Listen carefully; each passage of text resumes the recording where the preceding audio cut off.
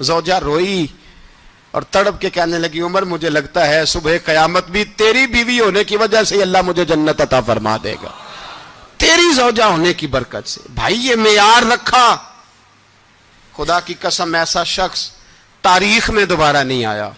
اتنا بڑا آدمی، اتنا بڑا شخص، اتنا بڑا آدمی، اور پھر رنگ یہ ہے کہ عمر 22 لاکھ مربع میل کا حکمران، 22 لاکھ، اور کھجور کے درخت کے نیچے مٹی کا ڈھیلا لے کے سو گئے ہیں، پرواہ کوئی نہیں، کوئی مسئلہ ہی نہیں۔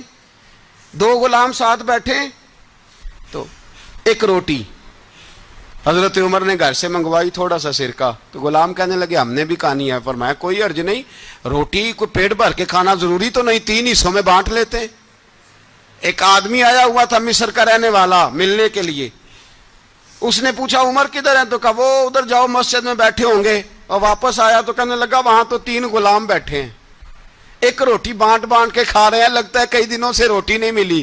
کہا 3 غلام تو کوئی نہیں، وہاں 2 ہی تھے، تیسرے تو امیر المومنین تھے۔ اس نے کہا نہیں نہیں، 3 غلام ہیں، کپڑے بھی ایک طرح کے پہنے ہوئے ہیں، بلکہ 2 کے تو پھر صحیح ہیں، تیسرے کے تو زیادہ ماڑے ہیں، کپڑے بھی ایک طرح کے، کھانا پینا بھی ایک طرح کا، اور ان کا نشست برخاست بھی ایک طرح کی ہے، لہذا کوئی فرق نہیں۔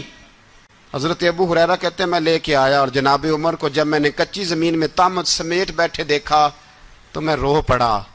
میں نے اس مصر سے آنے والے کو کہا تو اس کے جلوے دیکھ، اگر اس کی ذات میں اتنا حسن ہے تو محمد عربی کا مقام کیا ہوگا؟ یہ مقام غور ہے، مقام غور۔ 10 محرم کو لوگ دیگے پکائیں گے نا؟ نہیں پکانی ہے؟ کوئی بول دے نہیں، ہاں نہ نہیں کر دے، پروگرام بدلیا تو نہیں دی عید کی کہ وہی کام شروع ہوا ہے، لات ٹائٹ ہونے والا۔ کیوں جی پکنی ہے نا دیکھیں 10 محرم کو انشاءاللہ تعالی، ہم بھی پکائیں گے انشاءاللہ، یہاں بھی پروگرام ہوگا۔ تو 10 محرم کو جو دیگ پکنی ہے تو ایسا نہیں ہو سکتا کہ 1 محرم کو حضرت عمر کے نام کی بھی کوئی پک جائے۔ اگر امام حسن حسین کے نام کی دیگیں پکے تو جو امام حسن حسین سے پیار کرنے والے ہیں، جو امام حسن حسین سے، ہم لوگوں نے بھی عجیب رٹا اپنایا ہے نا، ہم لوگ بات کا ایک پہلو دیکھتے ہیں دوسرا نہیں دیکھتے۔ حضرت امام حسن اور حسین کو بھی نبی پاک نے شہید کہا، اور جناب عمر کو بھی رسول اللہ نے خود شہید فرمایا، فرمایا شہید ہے، خود فرمایا اپنی زبان سے کہ یہ شہید ہے، خود میرا عمر شہید ہے۔ تو ان کے نام کی دیگ نہیں پکنی چاہیے، اس طرف نہیں ہماری توجہ ہونی چاہیے۔ اور اہل بیت نبو، یہ بات میں پہلے بھی کرتا ہوں، آج پھر کرنا ضروری سمجھتا ہوں، اہل بیت کا پیار، سن لو کان کھول کے، اہل بیت کا پیار اگر ہمیں کسی نے سکھایا ہے تو سیدنا عمر فاروق نے سکھایا ہے۔ اہل بیت نبوت کی محبت اگر کسی نے سکھائی ہے تو کس نے سکھائی ہے؟ بول کے بتائیے، حضرت عمر نے۔ اہل بیت کا پیار ہمیں حضرت عمر نے بول کر کے سکھایا ہے۔ بھائی یاد رکھیں، کسی کی طاقت نہیں تھی دم مارنے کی حضرت عمر کے سامنے، طاقت ہی نہیں تھی، کیسر و کسرا کانپ جاتے تھے، جرأت ہی نہیں کرتے تھے حضرت۔ اور ہمارے تو تعلقات بڑے ہیں نا غیروں سے۔ حضرت ابو موسیٰ اشعری رضی اللہ تعالیٰ عنہ فرماتے ہیں میرا منشی سائی تھا، وہ کاتب کہتے تھے وہ لوگ، میرا حساب کتاب عیسائی تھا۔ تو فرماتے ہیں ایک دن میں نے وہ سارا حساب کتاب لین دین کے حضرت عمر کو دکھائے تو فرمانے لگے جس نے لکھے ہیں اس کو بلاؤ۔ کہنے لگے حضور مسجد نہیں آ سکتا۔ کیوں نہیں آ سکتا؟ کہنے لگے وہ عیسائی ہے۔ کہتے ہیں حضرت عمر جلال میں آ گئے۔ آپ فرمانے لگے جنہیں رب دور کرتا ہے تم کیوں قریب کرتے ہو؟ جنہیں اللہ دور کرتا ہے۔ فرمایا تم غیروں کو اگر عہدے دو گے تو اپنوں کا کیا بنے گا؟ اگر تم غیروں کو عہدے دو گے تو اپنوں کا، یہ سوچ ہے جو آج برما کے مسلمانوں کے لیے بھی ضروری ہے۔ کہا اگر تم غیروں کو عہدے دو گے تو اپنوں کا۔ ہم نے غیروں کو عہدے دیے تو دیکھا نا اپنے کس طرح کاٹے جا رہے ہیں۔ غیروں کو جو عہدے دے دیے، یرانے سارے غیروں سے روز دعویٰ ہوتا ہے چین ہمارا سجن ہے، چین ہمارا دوست ہے۔ او بھائی دوست ہے تو اس سے کہو نا کہ برما تو تمہاری ایک چھوٹی سی ریاست ہے، چین کے بغیر تو وہ سانس بھی نہیں لے سکتا، اس کو کہو نا اس حکومت پہ دباؤ ڈالے۔ لیکن ہم لوگوں نے غیروں کو عہدے دیے تو اپنے پس گئے۔ حضرت عمر کہتے تھے ذمی کا ہم ادب کریں گے، ذمی کافر کا ہم، ایسا کافر جو مسلمان ریاست کو قبول کرے، بدامنی نہ پھیلائے۔ ایک آدمی کو آپ نے دیکھا آنکھوں سے نابینا ہے اور بھیک مانگ رہا ہے. تو حضرت عمر کو نظر آ گیا. فرمایا کون ہو؟ اس نے کہا میں یہودی ہوں. فرمایا بھیک کیوں مانگتے ہو؟ کہا جب تک تندرست تھا مسلمانوں کو جزیہ دیتا تھا, بوڑھا ہو گیا ہوں کیا کروں. حضرت عمر نے گھوڑے کی پشت پہ بٹھایا, کافر کو گھوڑے کی پشت پہ بٹھایا اور بٹھا کے مدینے لائے. حضرت علی شیر خدا وزیر خزانہ تھے. فرمایا علی اس کا وظیفہ جاری کرو. کہا یہ کون ہے؟ فرمایا یہ یہودی ہے لیکن یہ ہمیں جزیہ دیتا رہا, بوڑھا ہو گیا بیچارہ, بھیک مانگنے پہ مجبور ہے, ہماری حکومت کے اندر رہتا ہے, اس کا پورا وظیفہ جتنا خرچہ اتنا وظیفہ لگاؤ. حضرت علی کہتے ہیں میں وظیفہ لگا رہا تھا اور وہ میرے نبی کا کلمہ پڑھ رہا تھا, وہ رسول اللہ کا کلمہ پڑھ رہا تھا. یہ مزاج, یہ نہیں کہ کافر. حضرت عمر نے گورنروں کو خط لکھے تھے کہ زبردستی کسی کو مسلمان نہیں کرنا, جہاں ان کی عبادت گاہیں بنی ہو گرانی نہیں, کوئی مندر کوئی گرجا ضائع نہیں کرنا. اسلام سب کو جینے کا موقع دیتا ہے, پر بے ایمانو ظالموں بدذاتوں تمہیں یہ کہتا ہے کہ ہم تمہیں جینے کا موقع دیتے, تم بھی مسلمانوں کو جینے کا موقع دو. یہ جہاں بستے ہیں جہاں رہتے ہیں انہیں وہاں جینے کا موقع دو, انہیں بھی اللہ اکبر کہنے کا موقع دو, انہیں بھی قرآن پڑھنے کا موقع دو, انہیں بھی رسول اللہ پر درود پڑھنے کا موقع دو. ہمارے ملک میں عیسائی اپنی مرضی سے کھلے عام تبلیغ کرتے ہیں. یہاں تو چینل چلائے ہیں عیسائیوں نے. کسی مذہبی جماعت نے کبھی جلوس نکالا ہے کہ عیسائیوں کا چینل بند کرو؟ بولے نکلا ہے کہ نہیں نکلا؟ کتنے ظلم کی بات ہے. ہم جب غیر کو اتنا تحفظ دیتے ہیں, اتنا تحفظ دیتے ہیں. ہم نے دیکھا ہے, مجھے بیسیوں لوگوں نے عید پہ ٹیلی فون کیے کہ عیسائیوں کو قربانی کا گوشت دے لیں, مجبور ہیں جی, دروازے پہ آ گئے ہیں, ہمارے کام کاج کرتے ہیں. بیسیوں لوگ, عام آدمی کے دل میں ان کا اتنا جذبہ ہے, وہ مسائل کا بیان کرنا ایک علیحدہ بات, لیکن ہمارے دل کافر کے حق میں بھی نرم ہو جاتے ہیں. تم کس قدر زیادہ بے ایمان ہو اور کفر کس قدر زیادہ ذلیل ہو گیا ہے کہ مسلمان کے حق میں نرم ہوتا ہی نہیں. اور اس سے بڑے ذلیل وہ ہیں جو ان ذلیلوں کے سپورٹر ہیں, وہ کسی عرب ملک کے حکمران ہو یا کسی اور جگہ کے, وہ بڑے ذلیل ہیں جو ان ذلیلوں کے سپورٹر ہیں, جو برما کی بچیوں کے قتل پر اپنی حکومتیں چمکا رہے ہیں. انہیں شرم نہیں آتی, اس قدر مسلمان تڑپا ہے, لیکن ان بے غیرتوں کو ذرا ہوش نہیں آئی. اور یہ ان کے کماش, ان کے دلال جو ہر جگہ ان کی سپورٹ کر کے اپنی حکومتیں قائم کرتے ہیں, بے ایمانوں کو پتہ نہیں کہ کب ان پر اللہ کا عذاب اترے گا اور کس طرح ان کے پرخشے اڑیں گے. تمہیں اپنی ذلت اور رسوائی نظر نہیں آ رہی کہ زمین کس طرح تمہارے لیے تنگ ہو گئی ہے؟ اس سے زیادہ اور تمہاری رسوائی کیا ہوگی؟ ڈرو اللہ سے. اور یہ تو دنیا کا عذاب ہے. ان بطش ربک لشدید, میرا رب کہتا ہے قیامت تو قائم ہونے دے. اتنا سخت تیرے رب کی پکڑ ہے, اتنی کسی دوسرے کی ہو سکتی؟ یاد رکھیں اور تھوڑا احتیاط کریں. ہم سب لوگ بھی, جو ہم لوگ آدھی زبان بول کے بھی ان کی سپورٹ کرتے ہیں, اب شرم آنی چاہیے ہمیں ان حکومتوں کی سپورٹ کرتے جو مسلمانوں کی لاشوں کے اوپر حکومتیں قائم کرتے ہیں. شرم آنی چاہیے. بہرحال بات دور نکل جائے گی اور میں اپنے مضمون پہ رہتا ہوں. اہل بیت کا پیار اگر سکھایا ہے تو جناب عمر نے سکھایا ہے رضی اللہ تعالی عنہ. امام حسن ملنے, آپ یقین کریں میں جب اس واقعہ کو پڑھتا ہوں تو میرا دل جھوم جاتا ہے. میں کہتا ہوں یار ڈاڈا ہونا اپنی جگہ پہ, عشق ہونا اپنی جگہ پہ, انسان کا باوقار ہونا اپنی جگہ. جہاں کھڑے ہونا تھا وہاں یہ کھڑے ہوتے تھے اور جہاں جھکنا تھا وہاں یہ. ان لوگوں میں اقبال نے کہا تھا تیری نگاہ ناز سے دونوں مراد پا گئے, عقلے کی یاب و جستجو, عشق حضور و اضطراب. جہاں اگر آیا ہے سامنے کیسر و کسرا تو عمر جیسا دلیر کوئی نہیں, اگر سامنے آیا ایران کا بادشاہ تو عمر جیسا تگڑا کوئی نہیں, اگر آیا ہے سامنے غسان کا بادشاہ تو عمر جیسا عادل کوئی نہیں.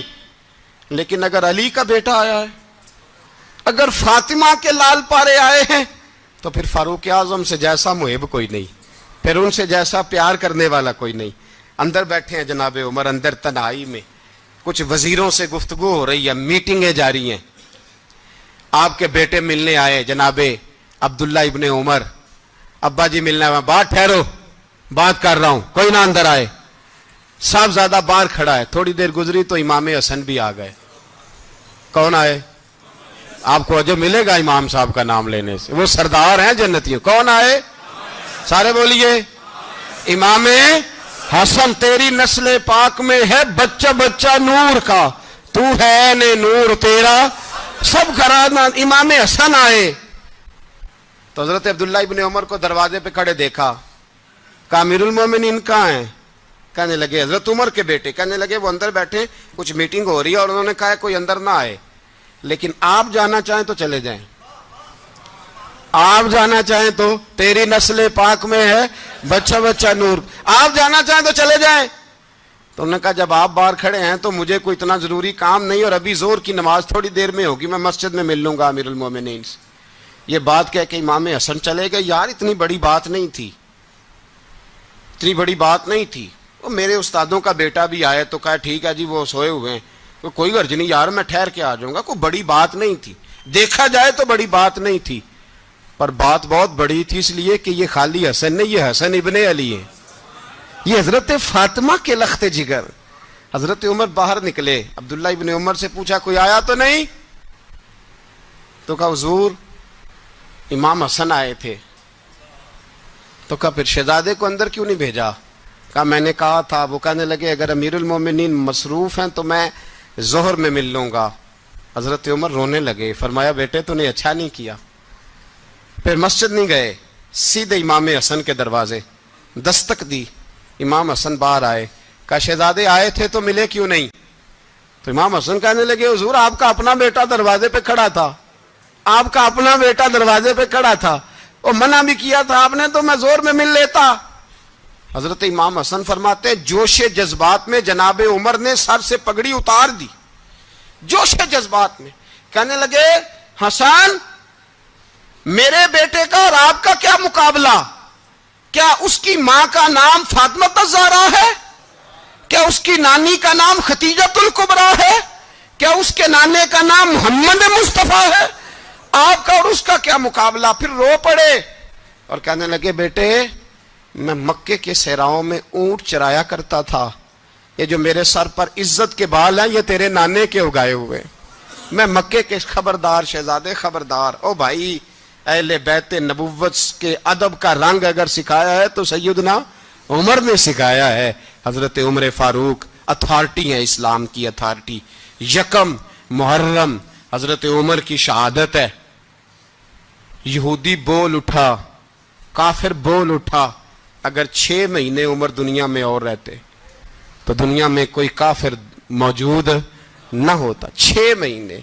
اور جب اس بطل جلیل کا جنازہ اٹھا, اللہ بخاری پڑھیے نا, اللہم ارزقنا شہادت فی سبیلک, اللہ بسترے کی موت نہ دینا, شہادت کی دینا. عمر شہید ہوئے, مسجد نبوی میں نماز پڑھاتے, اور جب جنازہ اٹھا تو مدینے کا پھر پیچھے جو دلیر بچے وہ مولا علی تھے. مولا علی, جناب عمر کا جنازہ اٹھا تو سب سے پہلی ہائے جو نکلی وہ حضرت علی کی زبان سے نکلی, اور حضرت علی ساری داڑھی آنسوؤں سے بھر گئی. لوگوں نے کہا کہ علی کیا ہوا؟ فرمانے لگے تم دیکھ نہیں رہے جنازہ کس کا اٹھا ہے, پلٹ کے دیکھو تو صحیح, تم پتہ نہیں یہ کون گیا ہے. کہ حضور کیا ہوا؟ آپ فرمانے لگے عمر اس طرح کے کام کر کے گیا ہے, اب ان کے رستوں پہ کون چلے گا؟ کون اس کے جگر راہ وفا میں؟ میں نقش ایسے چھوڑ آیا ہوں, میں جس منزل سے گزرا ہوں وہ اب تک یاد کرتی ہے. حضرت علی حضرت عمر کے جنازے پہ کھڑے ہو کے کہتے ہیں اللہ مجھے اس طرح کے عمل کرنے کی توفیق دے جس طرح کے عمر کر کے گیا.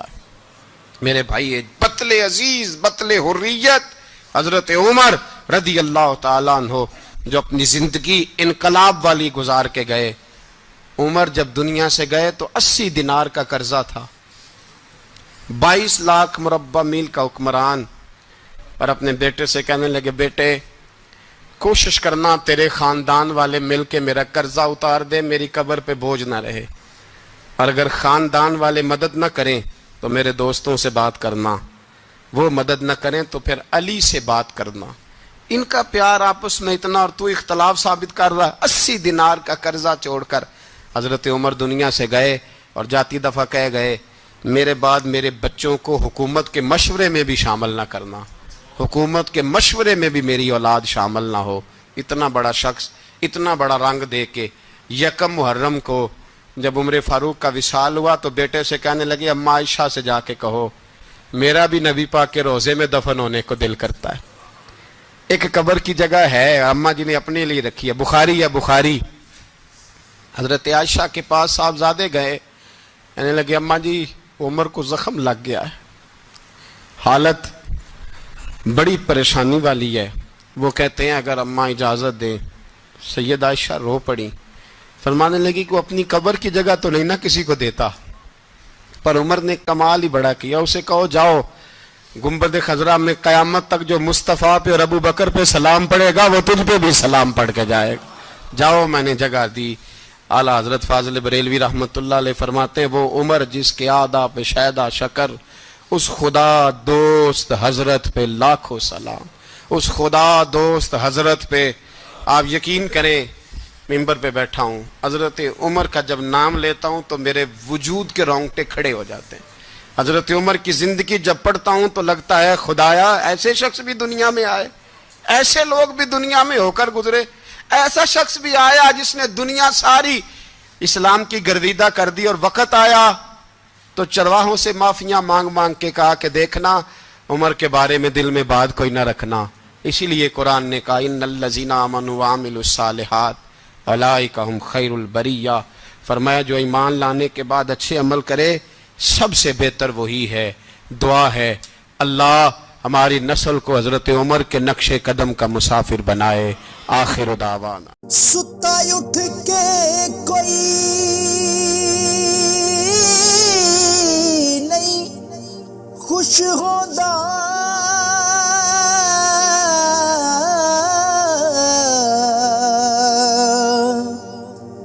بڑے ستے جگا کے میں ویکھیا